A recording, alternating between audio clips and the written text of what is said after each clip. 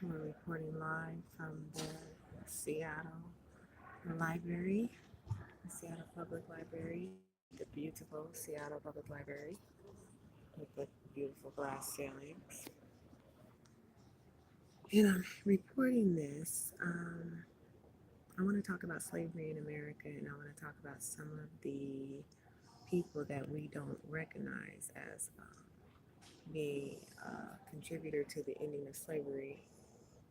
This is Battle, one of my ancestors, who was actually born in Georgia, but passed away here in Washington State. He is actually a co-founder of Washington State with a number of other people but he's never mentioned. He was a co-founder with Arthur Denny as well as um, Henry Yesler. We have a Yesler Street here and we have a Denny Way here, but we don't have anything to recognize Judge Nicholas Battles of 1820 to 1905. And so I found this on the internet dealing with his history and who he was. He was born January 1st in 1820 in Warren County, Georgia. He was a judge. He ended up moving to Waco, Texas, which I have a lot of history in Texas. My family, my blood DNA goes back to Waco, as well as a lot of people in my family buried in that area. But he is actually a judge that helped to abolish slavery, corporate slavery, which nobody really talks about what he's done. And so I wanted to put on here what he's done and kind of document because he actually made a decision on a case in 1859. And the case was Westbrook versus the state. And this is in Texas. And here's a little information about this. I went to the Texas Bar Association and I found this article about Judge Nicholas Battle. They don't speak about him, and we wonder why, because he helped abolish slavery. In this case, the Westbrook versus oh, it's not versus the state. Okay, I was looking at the wrong thing. I'll go back and correct. It's Westbrook versus Mitchell, 24 Tex 560, and it was in 1859, a case where Judge Battle declared void a contract in which a free black man had agreed to sell himself into slavery, but the file was likely lost in the courthouse. But really what happened, and what I already found on the internet, and it could be looked by the Supreme Court, is the decision was actually upheld by the Supreme Court. And what this means is that anybody who's in a contract that's not legal, is not mutually beneficial, it is void. You know what I'm saying? So if for all these people who are having problems with being in slavery, um, you know what I'm saying? You don't have to do that. And I'm going to look up the elements to a contract so we can talk about that a little bit more. Because there's 4 elements to a valid contract. And if a contract doesn't have those 4 elements, it's not a valid contract. And we could just, go to U.S. legal. Now let's turn it back around so you guys can see. This is a binding contract. Elements to a contract. In order for it to be a contract, it requires the requisite, the prerequisite, but it is the elements must be established to demonstrate the formation of a legally binding contract. Sorry, this is weird reading it off my phone.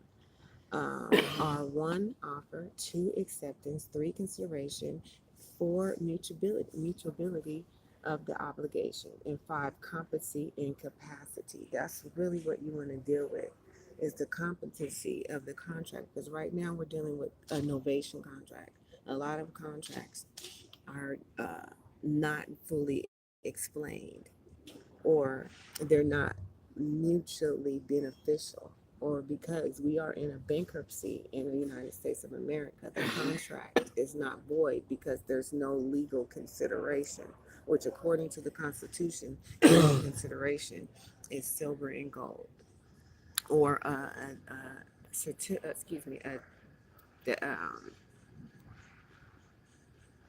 let me turn this around. An actual, sorry, somebody sitting next to me.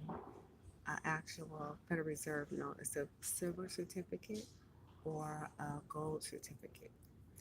So what we're talking about right now is these different contracts, because I noticed that there's a lot of entertainers talking about they don't have the legal um, protection that they need. They don't have the legal rights to their intellectual property that they've created. And these entities, such as these um, different recording companies and distribution companies and whatever, what have you, have been taking advantage of these artists. And they basically been trying to enforce contracts that are not legally binding and contracts that put people into slavery. So, I've been seeing this, and I see that there are people actually suing. Like I saw that Kanye is taking his opponents to court about his intellectual property. So I wanted to really focus in on this particular remedy in law that's not spoke about because people don't know about this case right here, Westbrook versus Mitchell, 24 text 560 from 1859. And it is about the brother Nicholas. I keep on calling him Nathaniel. I hate that. Nicholas William Battle. And he is district court, or he was a district court judge in Texas, where he made the decision on that case that no man could contract himself back into slavery, and therefore, um, any contract that is promoting slavery or meets the elements of this contract, the four elements that make a contract bindingly, make you obligated to fulfill any elements of the contract. It has to have these elements first by law. And if it doesn't, it's considered to be slavery. It's considered to be something against your will, where you are being taken for your life, liberty, pursuit of happiness, and your property. Therefore, you have a remedy as a living human to go into the United States of America Supreme Court and make a constitutional challenge on the legality of any contract that forces you into any kind of slavery or makes somebody have more beneficial interest into something that is your actual blood, sweat, and tears. I was watching Drink Champs with Noriega, and he was talking with the brothers with De La Soul and how they had been in a contractual agreement that basically they haven't had any rights to their intellectual property or their artistry or anything.